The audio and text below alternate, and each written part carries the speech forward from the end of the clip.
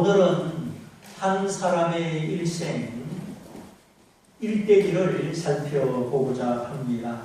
태어나서 죽을 때까지, 아니면 중요한 시점부터 죽을 때까지 한 사람의 전체를 본다는 것은 흥미있는 일입니다. 흔히 말하는 자서전, 위인전, 일대기, 그런 이야기가 되는 것이지요. 혹시 누구의 위인전을 읽고 감동을 받아보신 적이 있습니까? 집에 어린이가 있다면 위인전 책들은 다 한두 권씩 있을 것입니다. 그렇지 않으면 영화를 통해서 어떤 사람의 일대기를 본 적이 있을 것입니다. 자, 오늘은 성경 중에 한 사람의 일대기를 더듬어 보려고 하는데, 이 사람이 누구인지 20개를 해보지요. 근데 이 사람은 달변가입니다. 말을 아주 잘하는 사람입니다. 그리고 이 사람은 오봉을 데리고 다닙니다. 항상 주변에 따르는 사람들이 많습니다. 저는 책을 들고 다니고 책을 선물하고 사람을 몰고 다니는 그런 유형은 아닌 것 같아요. 그런데 이 사람은 오봉을 데리고 다니고 충동적이고 나서는 걸 좋아하고 단순지, 열정적입니다. 모험심이 강합니다. 디스커라는 성적 유형으로 따지자면 I형입니다. 말이 많고 사교적이고 사회성이 뛰어난 반면 신중한 면은 부족합니다. 이 사람의 원래 직업은 의고요. 나중에 위대한 예수님의 사도가 되었습니다. 이 사람은 누구입니까? 설교 제목에 벌써 답이 나와 있죠. 베드로. 20개의 정답은 베드로고 우리 인생의 정답은 예수님이죠. 오늘 읽어드린 이 요한복음 1장 이 부분이 예수님과 베드로의 첫 번째 만남입니다. 첫 번째 만남, 첫인상, 그것이 중요할 때가 있습니다. 지금 내 주변에 소중한 사람들 언제 어떻게 첫 번째 만났는가 한번 생각해 보십시오. 저는 우리 교회가 시작될 때 그 우림 아파트에서 첫 번째 만난 우리 교회 식구들 잊을 수가 없습니다. 각양각색 다르게 만났지만 그 만남이 있었기 때문에 오늘 우리 교회가 있게 되었습니다. 우리 엊그제 결혼한 박현정 자매는 바로 여기 교회 옆에 길에서 만났습니다. 중학교 3학년 때 머리 짧은 여학생. 내 베드로에게 동생이 하나 있었는데 안드레지요. 안드레는 평소에 침착한 스타일인데 그날 얼굴이 상기되고 흥분이 되어서 형을 찾아왔습니다. 형, 우리가 메시아를 만났어. 다짜고짜 흥분된 목소리로 이스라엘의 구원자, 인류의 구원자 메시아를 만났다는 것입니다. 그러니까 베드로가 궁금해지지요. 정말 메시아를 만났을까? 형, 가보자. 우리 메시아에게 가보자.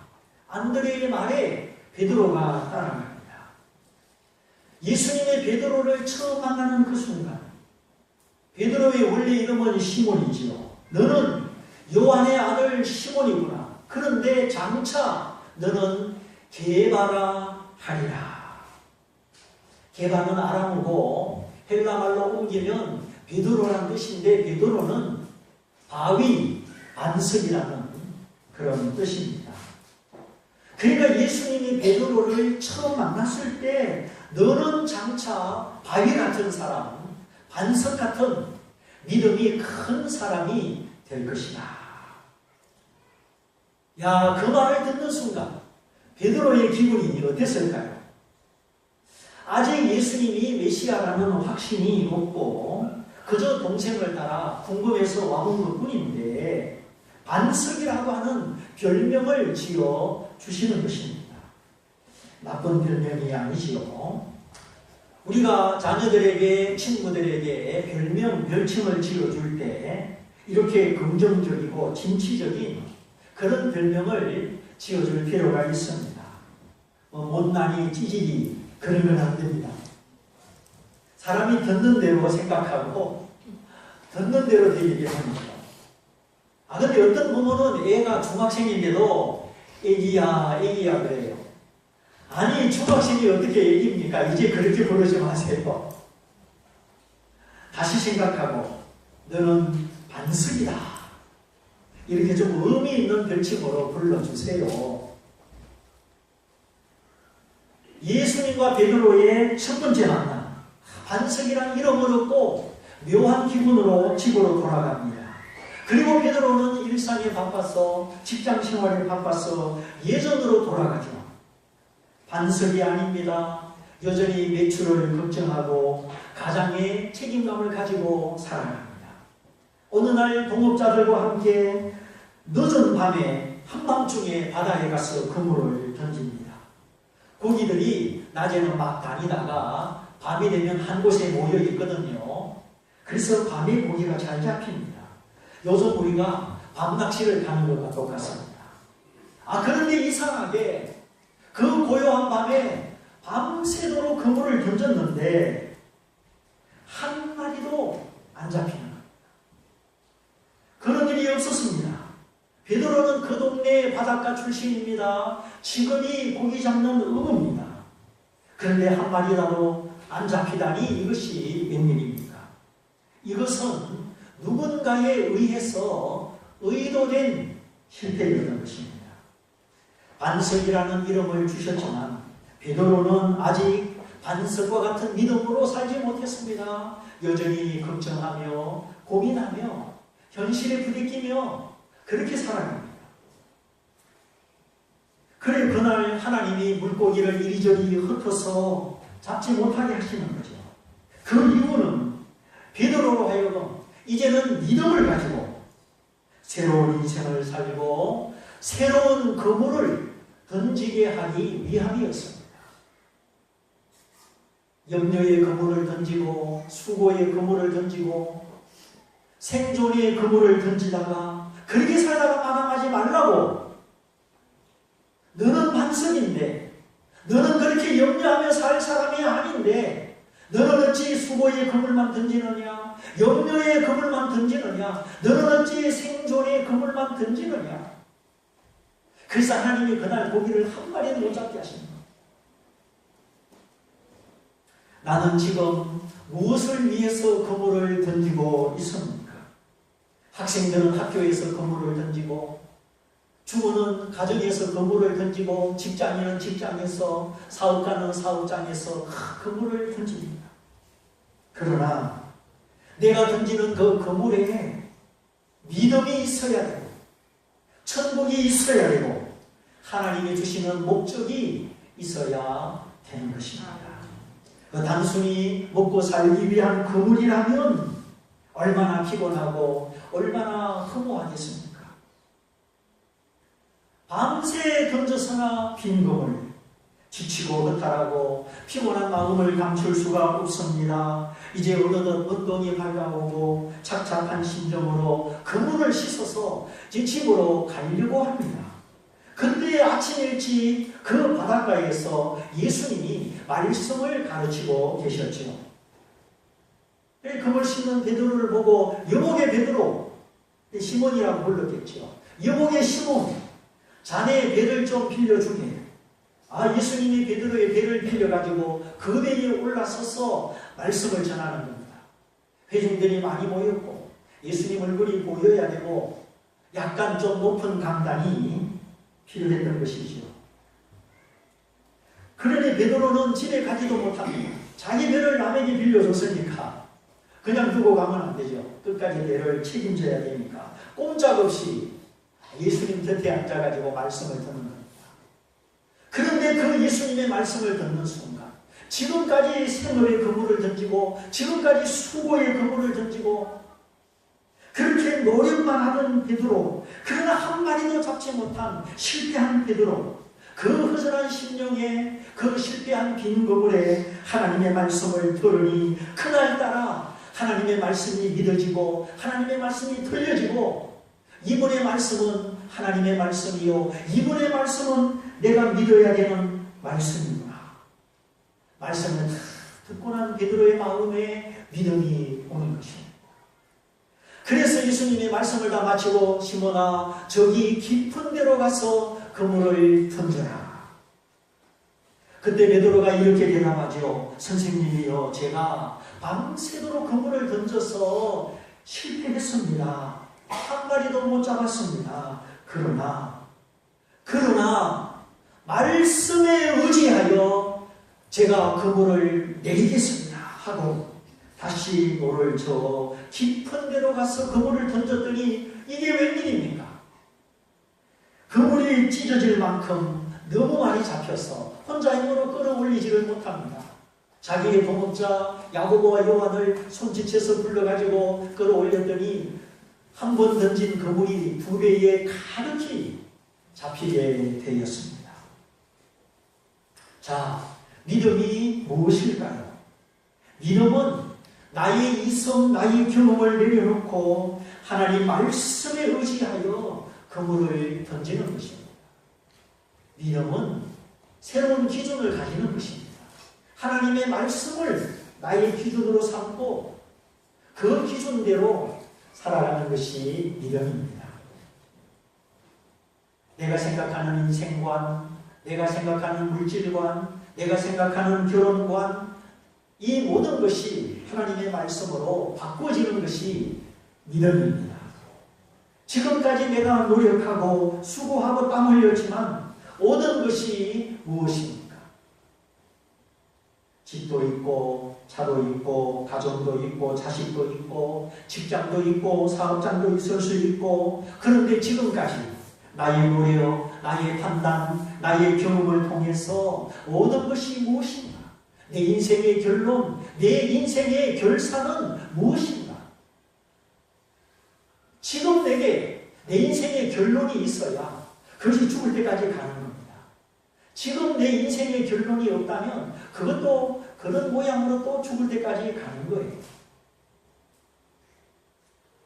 우리는 베드로처럼 예수님이 내게 지어준 이름, 하나님이 내게 주신 비전, 내 삶의 목적과 궁극적인 사명, 이거를 잃어버리고 우리는 우리의 삶의 현실에 몰두해 있는 모습을 보게 됩니다.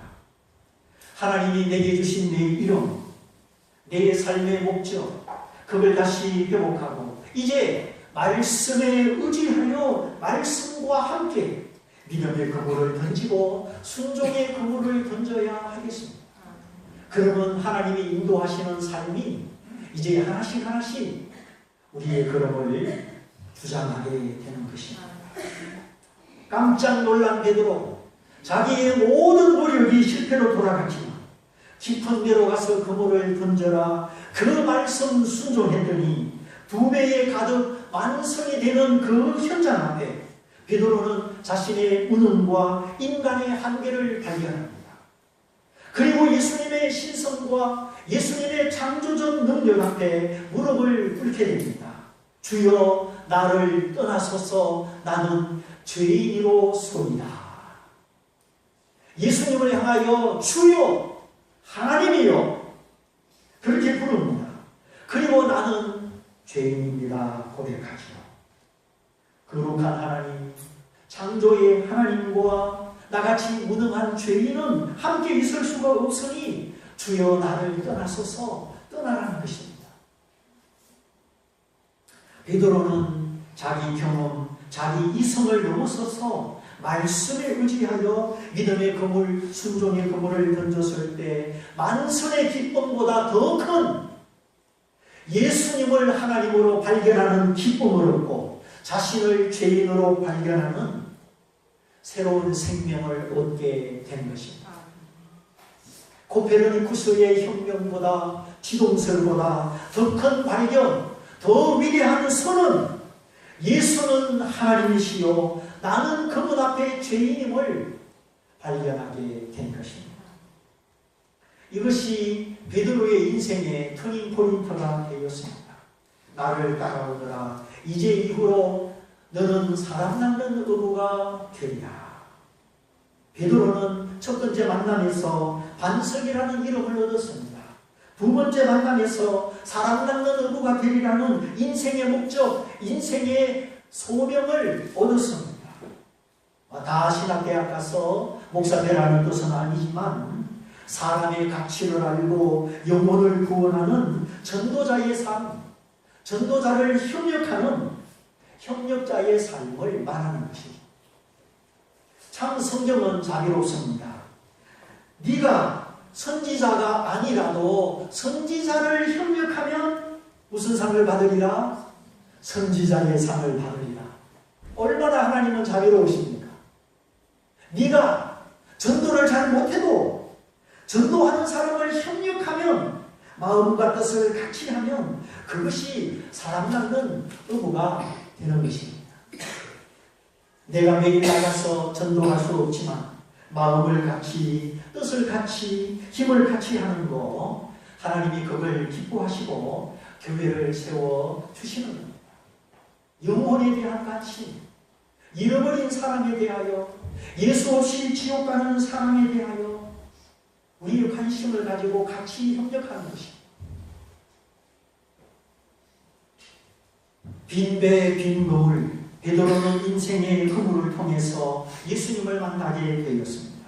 여러분, 인생의 허물은 두 가지가 있습니다. 하나는 정말 하는 일이 안 되고 자신이 속썩이고 직장도 어렵고 여러 가지 사정이 안 좋아서 없어서 느끼는 허무가 있습니다. 또 하나는 모든 것이 만족하고 있어야 할 만큼 풍부하고 가질 만큼 가졌는데 느끼는 허무가 있습니다. 이것만 이루어지면, 이것만 가지면, 이번일만 잘 되면 소원이 없겠다, 두 발 뻗고 자겠다, 그런 거 있어요. 그런데 실제로 아파트를 사고 새 차를 사고 승진도 하고 그래도 우리는 여전히 허전하고 여전히 만족하지 못한다는 거예요. 그러므로 나의 구주 예수님을 발견하고 내가 하나님 앞에 죄인임을 발견하고 하나님의 은혜로 사는 것, 천국을 가지고 천국을 누리며 하나님의 말씀을 따라 새로운 인생, 새로운 목적, 새로운 가치와 함께 사는 것이 참된 복인 줄 믿습니다. 이 땅에서 찾는 복은 다 일시적이고 유한하고 지나갑니다. 애기 키울 때 애기가 너무 이뻐가지고 이야 그만 컸으면 좋겠다. 스탑. 3살짜리로 스탑. 너무 이쁘고 귀여우니까. 그래도 키가 크고 턱에 수염이 나고 그럼 또 말한 것은 주름도 하나도 없는 청춘도 지나가고 이 땅에 것은 다 변합니다. 아무리 돈이 많아도 하나도 가지고 가지 못합니다. 그러나 예수님 만나는 행복, 예수님 만나는 기쁨, 이것만이 변치 않는 영원한 행복이요 영원한 기쁨입니다. 우리 모두 예수님을 귀하게 여길 수 있기를 바랍니다. 이렇게 베드로가 허무 중에 실패 중에 주님을 만나고 이제 주님의 가치를 가지고 새롭게 살아갑니다. 너희는 가서 전도해라. 내 이름으로 전도해라. 그 말씀 듣고 둘씩 나가서 전도합니다. 그랬더니 예수의 이름 앞에 사탄이 하늘에서 번개처럼 떨어지고 사람들이 하나님 말씀 앞에 굴복합니다. 귀신들이 떠나갑니다. 마태복음 10장에 나오는 전도 여행의 모습이죠. 그러니까 구원받은 사람은 직접적으로나 간접적으로나 전도하는 일과 연결이 된다는 것입니다. 그러던 어느 날 사람들이 구름대처럼 베드로의 고향 베세다 들판을 가득 메우게 되지요. 거기서 예수님이 물고기 5개, 보리떡, 물고기 2마리, 보리떡 5개로 5,000명을 먹이고 남는 그 기적의 현장, 은혜의 현장을 경험합니다. 예수님이 창조의 하나님이요 물질의 공급자요 물질의 주인임을 보여주시는 것이죠. 우리가 이 재물에 대하여 하나님의 가치를 알고 하나님 뜻대로 사용하면 물질이 줄어드는 것이 아니라 가득히 채워지게 되고 열주광줄이 남게 되는 것을 믿으시기 바랍니다. 하나님은 없는 것을 있게 하시는 창조의 주인이시기 때문입니다. 하나님 주신 만물이 얼마나 풍성하며 얼마나 아름답습니까? 하나님은 그 작은 어린아이의 도시락, 그 희생의 도시락을 기뻐 받으신 것입니다. 그래서 계산하는 믿음은 쓰면 없어진다, 지출하면 없어진다, 거기까지만 생각합니다. 그러나 믿음의 생각은 선한 일에 쓰면, 하나님 뜻대로 쓰면 하나님이 채우신다. 더 많은 선한 일을 할 수 있도록 넉넉하게 채우신다. 거기까지 생각하는 것입니다. 그러므로 믿음의 크기는 생각의 크기입니다. 우리의 생각이 말씀으로 바뀌고 고정관념이 부서지고 믿음의 생각으로, 영의 생각으로 바뀌기를 축원합니다. 우리의 굳어진 생각, 이 생각을 바꾸기 위해서 우리가 하나님의 말씀을 믿으며 하나님을 순종하는 것입니다. 그런 의미에서 베드로의 믿음은 처음부터 순종적인 믿음이었습니다. 아니, 그 바닷가에서 장뼈가 굵은 베드로, 취미 삼아 낚시를 하는 것이 아니고 직업이 어부인 베드로, 취미 낚시는 못 잡아도 괜찮죠. 그냥 돈 주고 가서 사 먹으면 됩니다. 그런데 직업이 낚시고 직업이 어부인데 못 잡으면 어떻게 됩니까? 큰일 나는 겁니다. 예수님이 동생의 손에 이끌려 자기 앞에 나온 시몬을 보고 너는 요한의 아들 시몬이지만 장차 게바가 반석이 될 것이다. 새 이름을 주셨죠. 아브람도 아브라함으로, 사레도 사라로 이름을 바꿔주시고, 간사한 야곱도 이스라엘이라고 하나님 이름을 바꿔주셨습니다. 이름은 그 사람의 이미지입니다.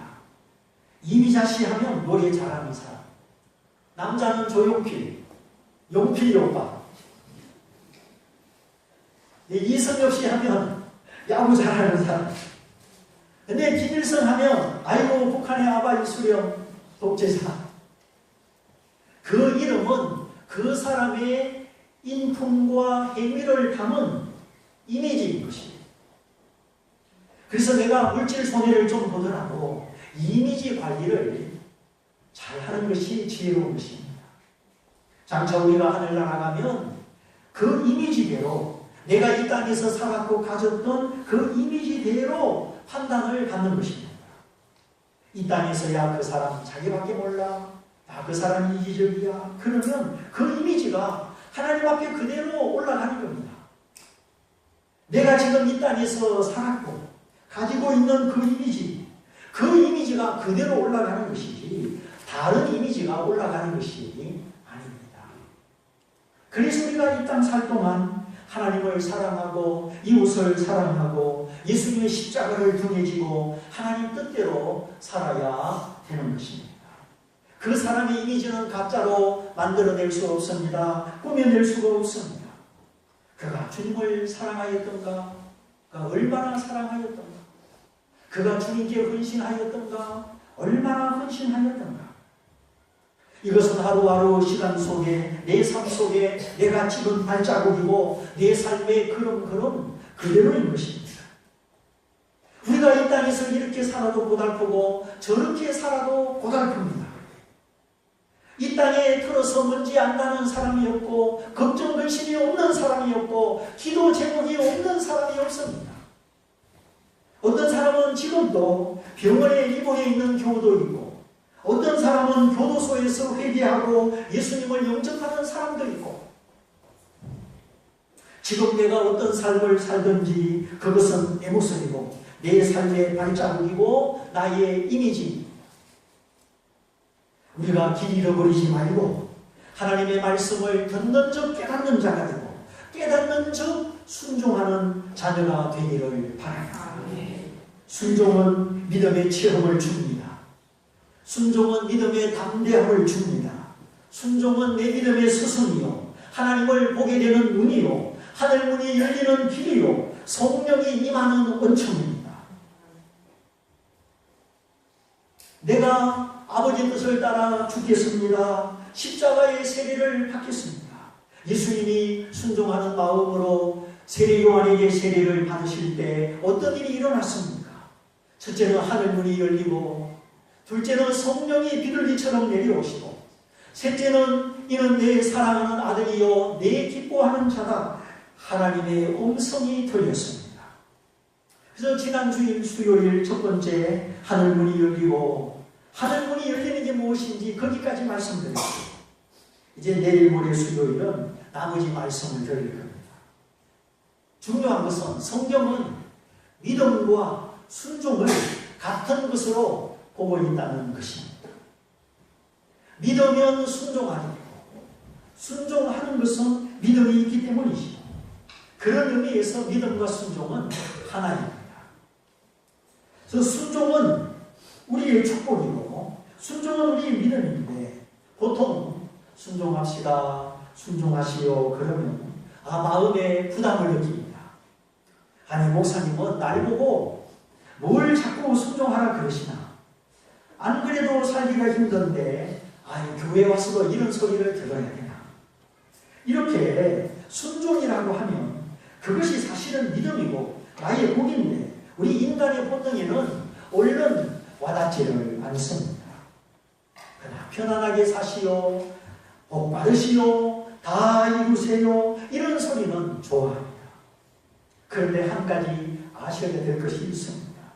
사람이 하나님이 없이, 천국과 지옥이 없이 편안하고 복받고 소원 성취 다 하면 부패하여지고 타락한다는 것입니다.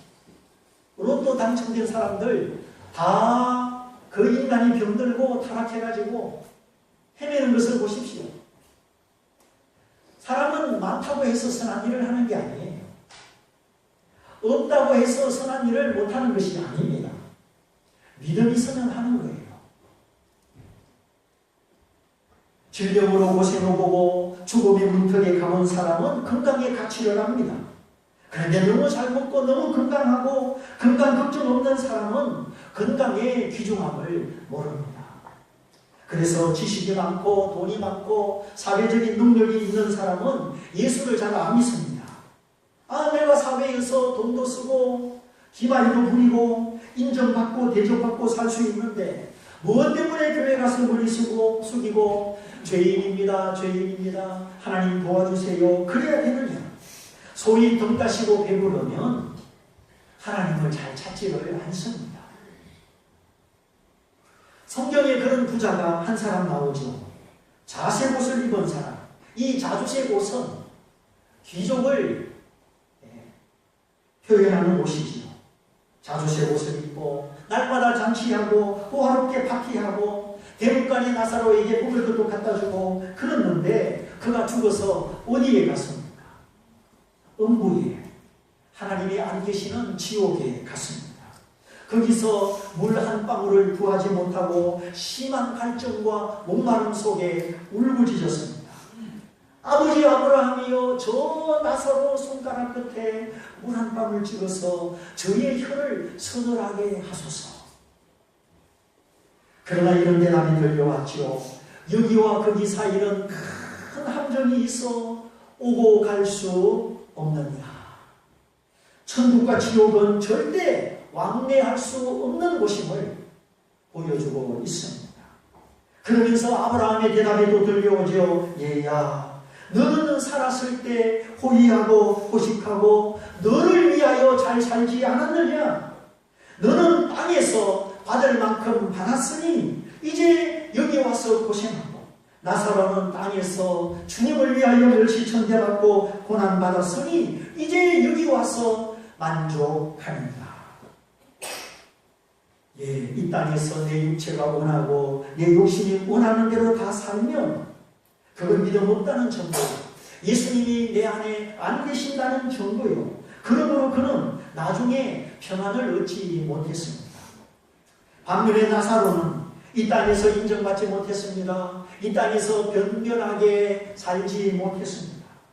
남의 집 대문간에 언제나 남을 기대어서 그렇게 살았습니다. 그러나 그에게는 하나님의 품이 예비되어 있었고 넉넉한 삶이 준비되어 있었습니다. 잘못 오해하면 부자로 살면 지옥 가고 가난하게 살면 천국 간다. 그게 아닙니다. 삶의 태도, 삶의 자세를 말하는 것입니다. 삶의 태도는 진실하게 예수 믿는 증거이기 때문에 삶의 태도, 삶의 자세가 구원받은 성도의 열매다 하는 것입니다. 사과나무가 사과 열매를 맺듯이 구원받은 하나님의 자녀는 천국이 있기 때문에 날마다 사모하는 하나님의 나라가 있기 때문에 오늘 우리의 현실, 삶을 살아가는 삶의 태도, 삶의 현실이 다르다는 것입니다. 오늘 리모컨 시대에 모든 것이 너무 편합니다. 자동차도 그냥 푹 찍으면은 지가 운전해서 알아서 가는 자동차도 이제 나온답니다. 정말 우리가 깨어있지 않으면 우리 영혼이 잠자고 우리의 영혼이 병듭니다. 베드로는 밤새 던져서나 빈 그물, 그러나 거기서 인간의 한계에 부딪히고 동시에 하나님의 능력을 만남으로 새 사람, 새 인생을 살게 됐습니다.